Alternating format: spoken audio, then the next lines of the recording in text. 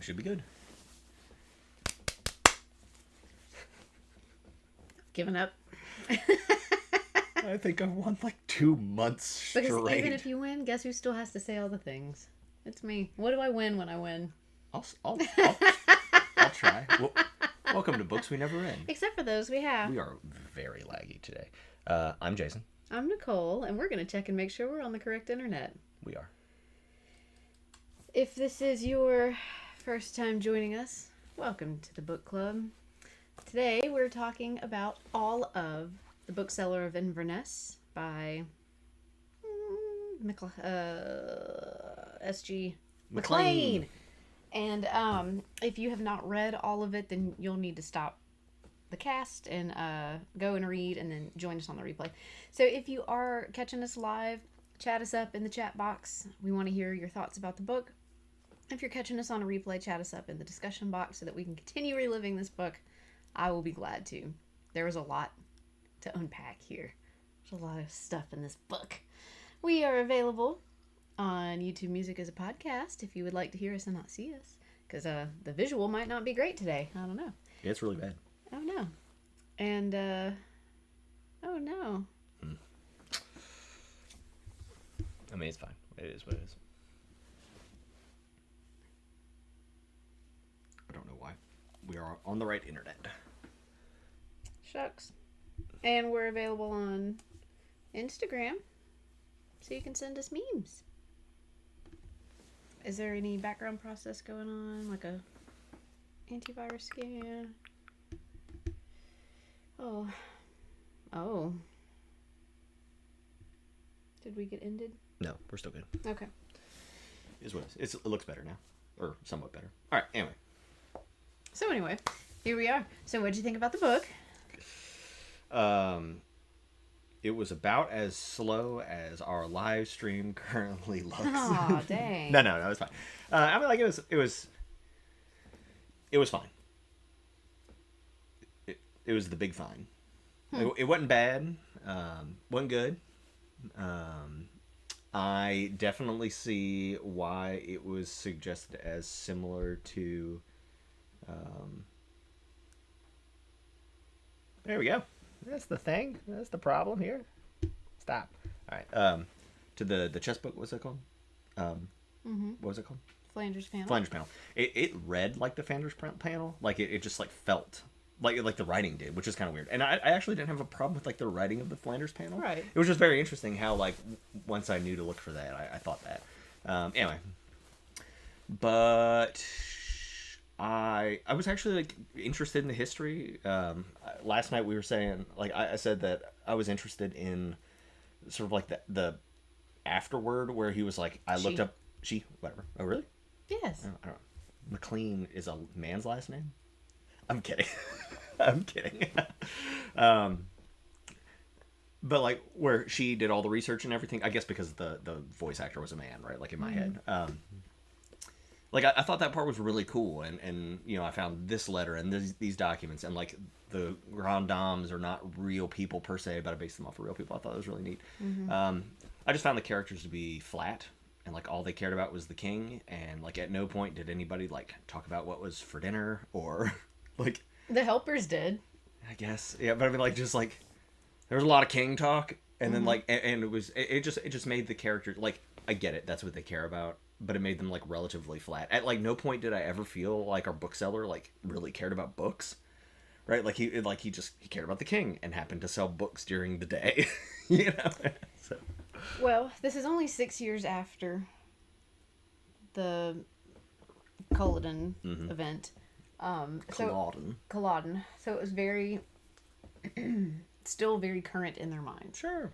You know, so that's what I attributed, you know, to that. A lot of king talk. And because they were still waiting on him to come back. Yeah. And business was unfinished for them. So I disagree about your... I mean, I hear your perspective and I respect it, but to me, I really loved it. It reminded me more of West with Giraffes than Flanders Panel. Because it was a story that allowed me to explore a place and time you know. It did not go as deep with fewer characters as West with Giraffes did. You only had like 4 main characters in West with Giraffes, which was appreciated. This had a lot more characters, but there was also a lot more complexity to discuss in this book. And so I attributed some of my getting lost in the book to me not having much prior knowledge about Scotland and Scottish history and Scottish names, and you know, so there was a lot of stuff that my brain was trying to filter out to protect the story and to keep moving forward. But the further we got into the book, the more that I understood what they were talking about and referencing. And I even went back to the prologue after I was done reading, and all of that made sense. I understood, you know, who the people were at the beginning trying to get the husbands out of London. And that tied back into Janet being the last of the traitors to kill. And this was just really cool to me. The story itself, you know, like the mystery of why is this man dead in my bookshop, and then why all the names of the secret names in the book and like all that. I mean, like that was all fine. It was an interesting mystery. More the like getting out of trouble were the fun parts, like them almost getting caught. Yeah. There were several chapters in a row where like the chapter ended on a like and like I couldn't wait to hear how they got out of this one. But just really like using this story as a way to explore the history, this moment in time that I never would have otherwise understood. Right. So it was just a glimpse into someone else's world, and I really appreciated that. The discussions on dealing with the trauma of war, and not just dealing with the trauma of war like how we understand it, which war happens in other places. It's war happening in your own town. And we talked about this last week, that you're neighbors with the people that you fought with and fought against. And you still have the redcoats hanging out. They're drinking with you in the evenings, making fun of you once they're drunk, and then sticking you in jail when you go a little too far, and then you're also cussing them out on your way out of jail. I mean, it's all very complicated, and you know that there's a line there that is very dangerous, and they have the upper hand, and you just have this small hope that one day this thing that you've been fighting for, or that your family's been fighting for your whole life and their whole lives, that you've never even laid eyes on. It's not even, it's an idea and not even like a reality that you understand. You're hoping at some point it's all worth it and it comes to fruition. And like Ian is really plagued by that. Fighting a war for someone he'll never know and never see. It's affected his entire life. I loved it. I mean, it was just a really cool exploration of something that I'd not really gotten a chance to see before. There you go. Stop the podcast. Just kidding. Lots of chat. No, I think the history of it is cool. I don't know much history of like Scotland at this time. I know more like English history, I guess. And I mean, like I guess world history at this point is English history during this timeline, right? But right. Yeah, and like you know, the chat saying like there were funny parts, and like you're talking about like cliffhangers and like some exciting like escapades. Like sure, yeah, it was easy reading. Like it wasn't a slog. So yeah, like, and it was very short, which we drew it out, you know. If that was our fault to make it feel so long, I think. Yeah, funny parts. I mean, there were some. I couldn't name any, but there were some. Oh, I like, made little notes about them. Yeah, I love Julia sticking up to the jerk. Yeah. I think that's part of the problem too. Is like everybody was so related to each other that I couldn't tell them apart. Like it didn't matter that they had different names. I'm like, and that's a me problem. I get that nobody else has this issue, but like I could not tell Ian apart from his dad, apart from his bookmaker, apart from his butler, apart from like the random guy who was like also like part of the squad, but like not really. And then like it was just like I just kept getting confused by who was who. And then I like it took me a while to get the women straight as well, mostly because I think Ian was hooking up with everybody, and sounded like it. And so like at some point I was like, which girlfriend is this? Like I can't tell. And then you know, like he started like I thought he was interested in Julia, And then we have the whole like dance scene where he's like trying to get Julia to dance with this other guy, and I was Yeah. like, I don't know anymore. That was really cool. Whatever. And that worked out. I really enjoyed Ishbel's story because it did tie it into something I had prior knowledge about, and that was American history. Yeah, that part was interesting, and like the history parts are cool. I just didn't find the characters interesting. Like I am interested in like transportation. I am interested in like, well, what happens if you come back and like you have a kid and they should be like, and then you have to pretend they're a slave and blah blah. Like I am interested in like redcoats hanging out and like modernizing the Highlands and building roads and bridges, and I am interested in like these like weird family feuds and like Scottish history is kind of like that, where like they get like hung up on things and then just like go and go and go. You know, I'm interested in like this whole concept of like Spain sending an army and Sweden helping out and Prussia helping out, and like, you know, the whole idea that like at some point the English kingship passed to a German guy, and like we're still there, like that's still happening, and like all that is very interesting. And so like part of me wishes like we had just like read a nonfiction about it. Like I think that'd be really cool. I just couldn't imagine, like, hearing, you know, that Ishbel, first of all, got transported to America just because she couldn't outrun, like, the poachers, essentially, on the coast, who were their own family members, like, you know, just traders within, and then also survive the journey back. You know, this wasn't, like, a nice boat. Yeah, no. That, you know, No, this was not a cruise. Yeah. And I forgot how long it really takes. I used to know how long it would take to go from there to America. And Oh, yeah. it's a long time. Well, I don't think there were nice boats, right? Like, even the nice boats were really bad. No, but they were all packed in the bottom in each other's filth, you know? Yeah. And so the fact that she and symbolically somebody else in reality, you know, many other people were able to do that and survive is just incredible. And then we learned that Ian also had gotten transported and came back. Yeah. And he's only 36. Yeah.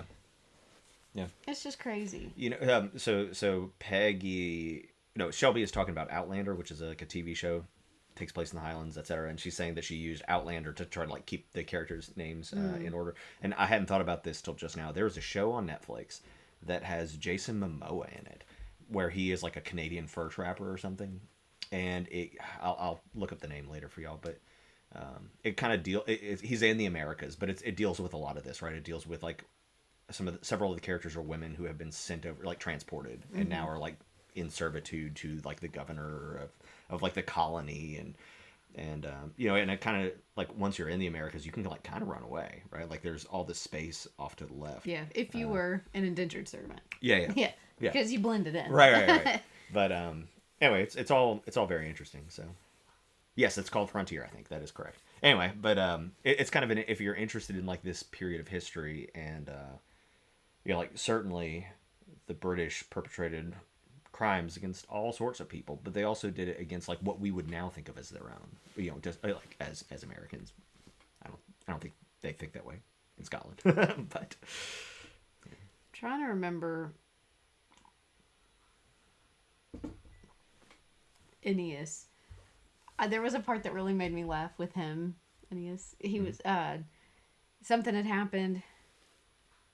Ian had walked inside and was like, where's my father? I need to go see him real quick. I just came in the door. He opens the door and Aeneas, like, I can't remember how to say his name, but like tiptoes up behind him. Did you speak to him yet? Like, I'm just in the doorway. Yeah. that part was like the single part that stands out in my mind, right? Little as, like, things like that just kept me cracking up. You know, you were talking about the prologue and how all that makes sense. And you're right. Like by the end of it, I was just like, who, the what, why, right? And like especially there was so much. All the part about why this story matters happens in the first part. Before you know who anybody is, before you care, and before you even realize that was, and before you realize who you're supposed to keep track of. Yeah. And so, you know, like sometimes books will take like the prologue, and you'll get a piece of the prologue every like 4 chapters, and I wish we had done that. That would have been nice. And it's super handy. And so there could be this reveal at the end that it's this guy who's the traitor, and then like you sort of like have that moment also happening. I think that'd be really cool. Yeah. Yeah. I loved that guy and his cat.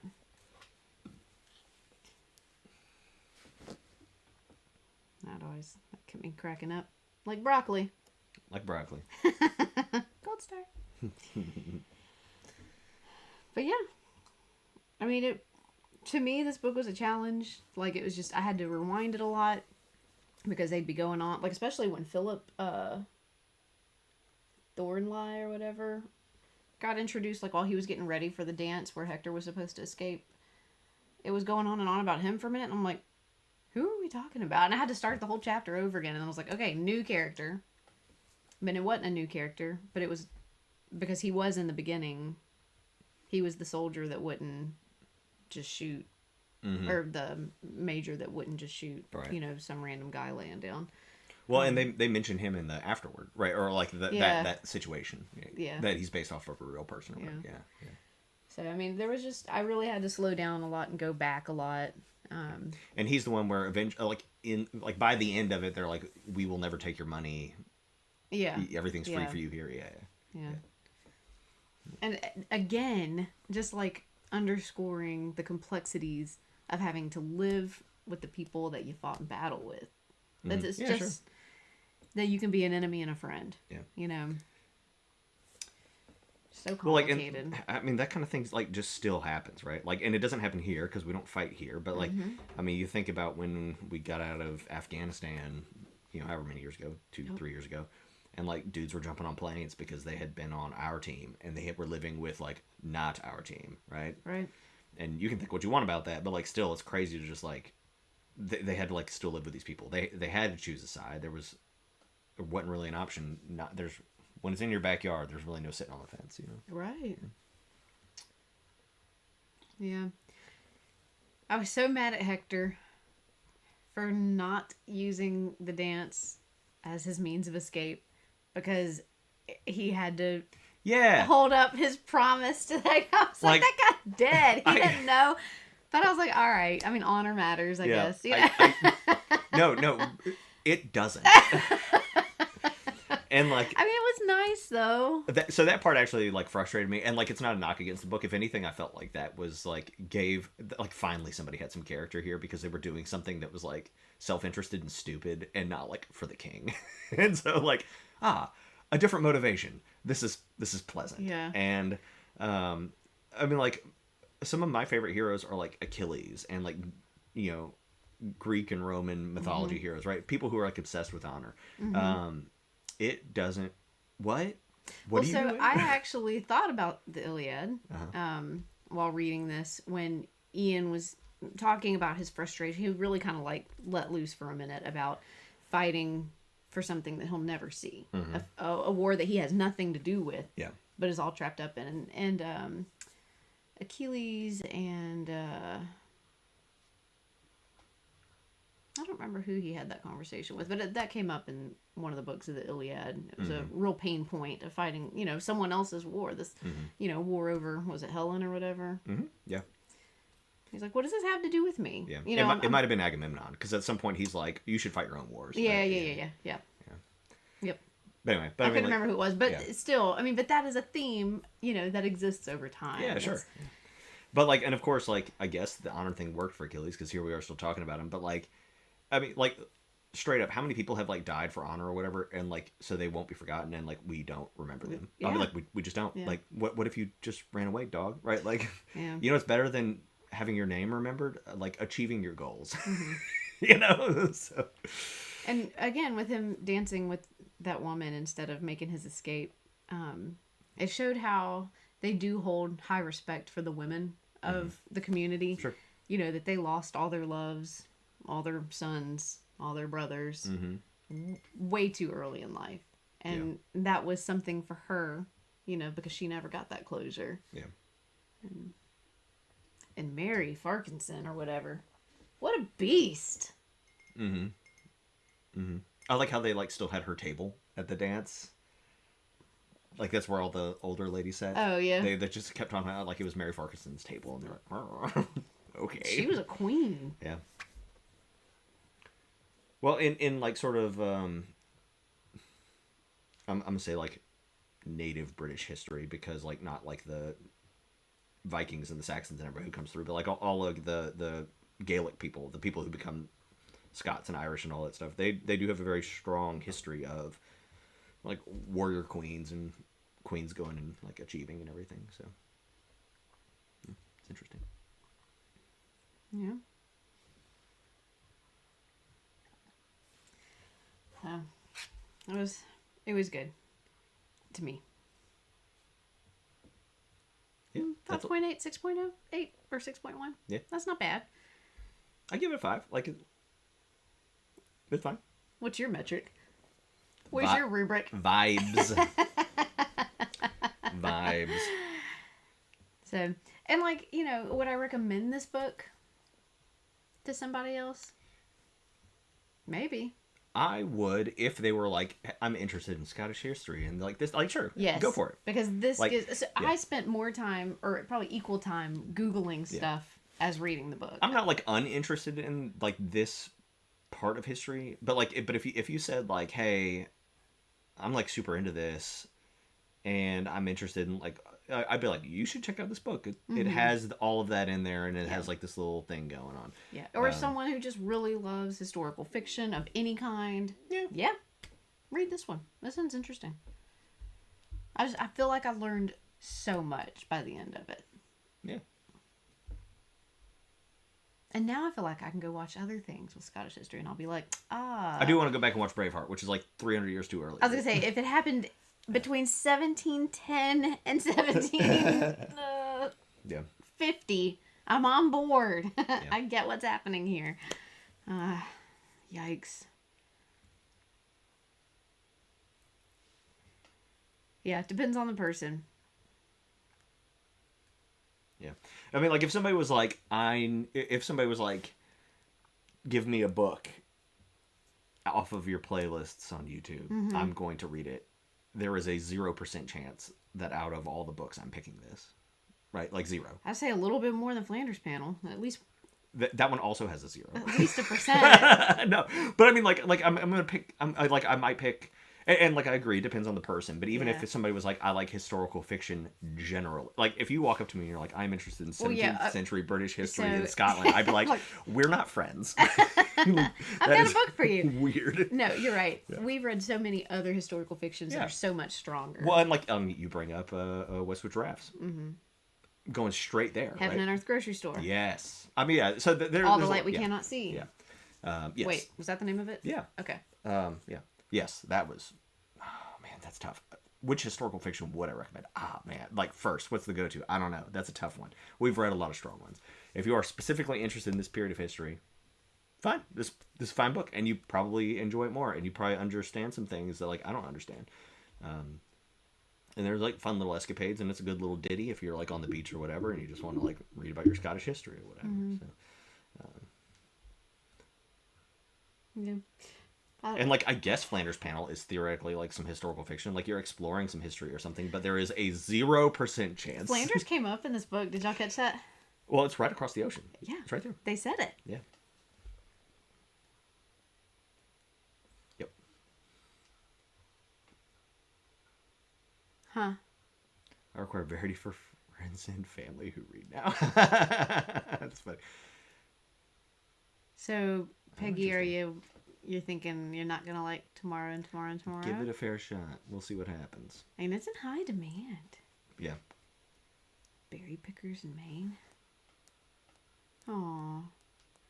Heaven and Earth Grocery Store was. Well, and so like what's interesting, like with Westwood Giraffes and Heaven and Earth Grocery Store, of course, like the driving thing there is race, and I think there is a missed opportunity in this, and like maybe that's what it is, right? Like I think the obsession with the king is just like mind-boggling to me, and I don't understand it, right? Like just let it go. Who cares? But it's a proxy for. What was to them a race issue, right? Like the British and the Scottish are different people and they, I mean, like like you have them calling them scum, and you have them like yelling profanities at each other and all that stuff. But like I really wish we have like, I wish we had hit on that more. Right. That you could just like transport random Scottish people to go and like be slaves for a set amount of time or whatever. It wasn't as horrible as it could be, but like it's bad. It's really bad. And I think that focusing on that aspect, the otherness, rather than on like the political part, would have been much more interesting to me. And I feel like they did. I feel like that did come up in all their social settings. You had the ones that sit here and the ones who sit here, and the ones are watching these and the ones that are watching these, and it was just, I just didn't feel it like I did in some of the other ones. Yeah. But I think part of that is also because we just don't have that prior knowledge. We don't have that. Yeah. It doesn't mean much to us. Well, and so then it is incumbent upon you as the author to make it real. Yes. Yeah. And like, I get it. The Highlands are real and Kings are real, whatever, right? Like I get it. But like I didn't like it felt, nobody ever sold me on it, right? I would just like, you just had this weird obsession about kings, and like let it go just let it go. It was never impressed upon me why I should care about these people having their particular king. Right. Because it wasn't like that was not a Scottish problem. There were Jacobites in London. There were Jacobites all over England. That is not a Scottish problem. It just happens to be the stories in Scotland. Right. And we're following Jacobites in Scotland. Why do I care about these particular people and their commitment to this? I still don't know why we care about King James. And he's the rightful king. It's about honor. And Bonnie. Bonnie Prince Charles. Yeah, Bonnie Prince Charles. I don't know why I care about them. I care about them because Ian thinks that he should care about them because Hector cares about them. Right. That is all. Yeah. I really liked Ian. I liked the way his character progressed throughout the story. He seems just lost and kind of toe up from the flow up at the beginning. But like over time on his one-on-one interactions, you got his internal, feels. And I mean, he was like an 82-year-old man at the beginning. And he was a 36-year-old by the end. I don't know. He really like unlocked something inside of himself as he processed all that had happened to him and all that he was fighting for. And I don't know. I liked the book so much because it totally was just different. It just changed so much of my perspective and taught me so much. That's cool. Yeah. I never, and I never would have had that experience otherwise. So it's... Well, that's why we read. Yeah. Well, and like now, and like... Honestly, I feel like this is going to end up like, whatever. I gave it like a solid 5. It's going to be a gold star book. It's going to come up in everything else we read, right? Like, because it has bits of history and because it teaches us about things. And like, I don't know. I mean, like I could see now where like we read some sci-fi in the future and there's this like transportation aspect, right? Like I think about The Expanse and I think about like the way Belters are treated. Which we got to get back to that, by the way. Like how different is that from this? I mean, like it's going to happen, right? We're going to circle back around on this. Well, it just had so many like motifs of war, of humanity, of, it hit on all the things that what it means to be a human. Yeah. I mean, did it do it in the bestest possible way? Maybe not. We could probably read some other Scottish historical fiction. I'll be like, I had to work really hard in that first one. But because this was like novel for me and unique, I think is probably why I like it so much. Sure. You don't have to justify why you like something. Well, you can just like it. Because to me, it wasn't an easy read. This was not something I could just read a little bit of, come back to. I had to like, it was focus time. I guess I just never bought in, right? Like that's part of, like it was an easy read. Because like. I might have been very motivated to understand this book since I was the idiot that picked it. I didn't want another failure. And because I picked it based on a, if you read Flanders Panel, you might like this. Who's the guy that pushes the boulder up the hill? Sisyphus? Is that Sisyphus? I don't know. I think it's Sisyphus. I mean, it was very I don't know, maybe Hercules. I don't know, right? But you're pushing this boulder up the hill.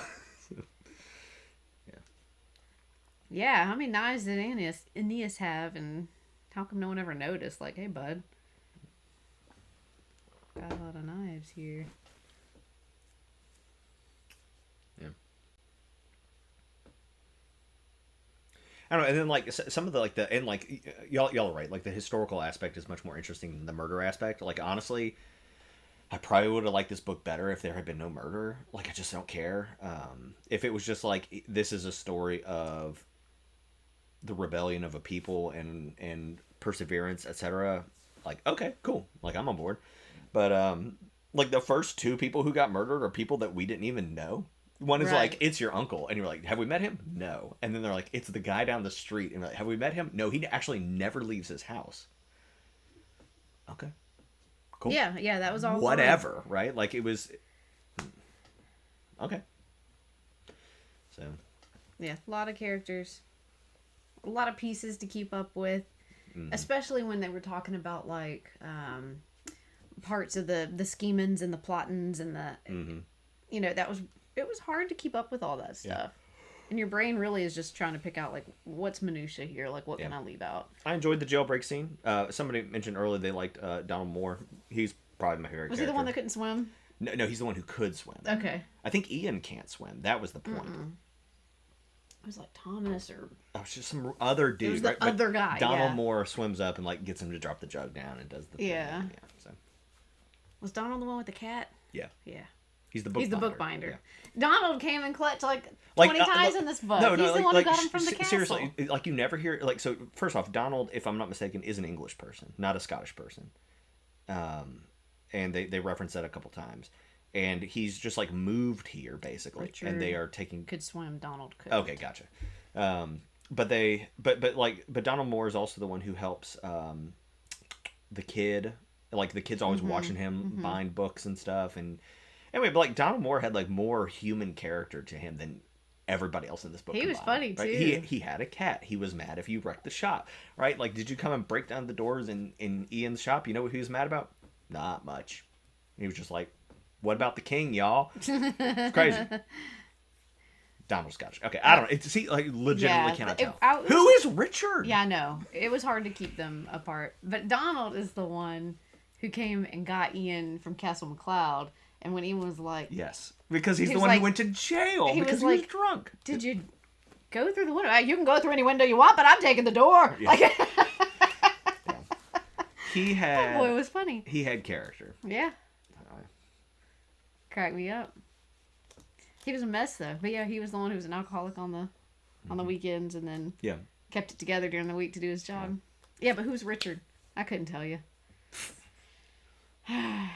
Sorry, Richard. Yes, Richard had the trauma, and like he was never the same again after he had to watch his brothers get killed. Well, if Richard's the assistant, who is Donald? Donald's the bookbinder. But what does Richard do? He's just sitting. He's an assistant? You know, like he just runs the shop? I guess. There's 3 of them? Yeah.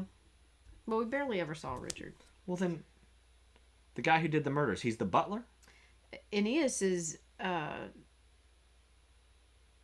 Farquharson's son. And he assists Mary Farquharson. Isn't he like... Yeah, but he's like... He doesn't Ian's work for grandma's... son. Or... I thought he was like a servant. Grandson. No, but he did do servant work basically for Mary Farquharson. Gotcha. Yeah. Like when she had her parties, he'd fill their drinks, except that time that he was out murdering people. And, you know, he'd go and fetch and go and do things. He was like wasn't Hector his dad? No, Hector's Ian's dad. Right. But Aeneas was like super... frustrated when there was some like hints. I thought that Ian came into the picture. Yeah. Something about like Aeneas is like the rightful family member, and Ian's like the little bastard son that. Oh, that's right. But yeah. Because Hector's not really Mary's son. That's her grandson's dad. The end. Like that's it. Right. Because he never their parents never married. Or anything. Yeah. So Aeneas was really Mary Farquharson's relative. True relative. Cousin. Right, so there you go. Peggy describes it well. This is where I'm confused, because he's a cousin or something, family, but not married to anybody, servant, but not servant. Yeah. Yes. Sounds about right. So. Yeah, didn't Donald not know really good English? Like, he only knew... There Right. was a couple of comments about how, like, he would really try to piece it together, but the kid would do a lot of translating back and forth, and Donald was teaching the kid all the naughty words. Yeah. Yes. Funny. So back to Ishbel. The couple of moments, you know, where she was, like, triggered thinking that she was at risk of losing her kid, you know, him getting accused of stealing. And then when she saw that guy, that was the guy that sent her on transport, she freaked out. And then she got shot! You know, so... Wow, that whole part was action-packed. This whole book, whatever, if you said, we're going to read a sequel that's the story of Ishbel, I would be absolutely here for that. She was great. Yeah. She was great. So, yeah. Cool. Cool. I think I'm all out. Let me check my notes. I did take some.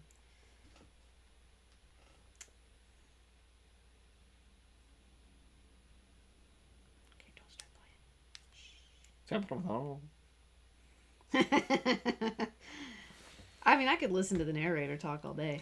Yeah. I hope they took the assassin's money. Yeah. Yes. Who, Aeneas? Is he the Yes. assassin? Yeah, to buy Torvald's papers, sure. Oh, man. Okay, I made a note, but I don't remember who it was talking about. It was either Hector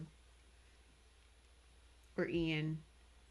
But something really tense was happening, and he's like, I would pray, but I don't know that I should bring God's attention to myself.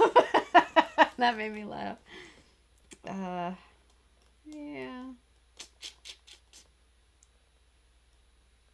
I have said all my notes. Nice. Oh, yeah, Aeneas creeping. I'm only in the door. Yeah, I think the author was able to, like, slip in some good funnies in a very not funny story and a very not funny life. Times was hard.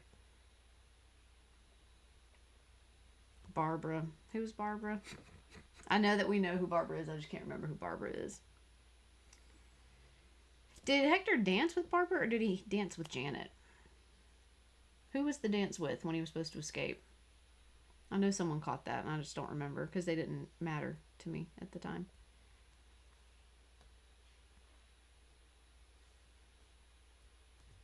Also, while I'm waiting on an answer, the Hat Lady. Oh, okay. Barbara's the Hat Lady. I noticed we had some new people in the chat. Hello, new folks. They might be in here. It says we have 5 folks in here right now. 5 I hope people. you're enjoying. And, yeah, with Julia's mom. Okay, and that's why it's interesting, because Julia's mom is the one who goes and tells the cops that he's back. That's right. That's right. I did know that at the time. I just had forgotten since. Yep. Look, and like, I recognize that, like, of all the people who are active in this book club, I am the weakest at remembering who characters are, because, like, because I don't remember, and I'm like this in real life. I don't know anybody's name. I just don't. I know too many people. I know about you, and, like, I have this, like, I'm very good with faces, and so, like, I lack that in books, which is fine. But, like, I have this identity, and I can talk about your identity. I don't know your name, and it doesn't matter. Mm-hmm. The problem is, I felt like so many people in this book just didn't have an identity, and so I have nothing. I don't. There's, like, an empty void. Yeah, where, like, you this just didn't have person is anything to supposed attach to be. anything. Yes. Yeah.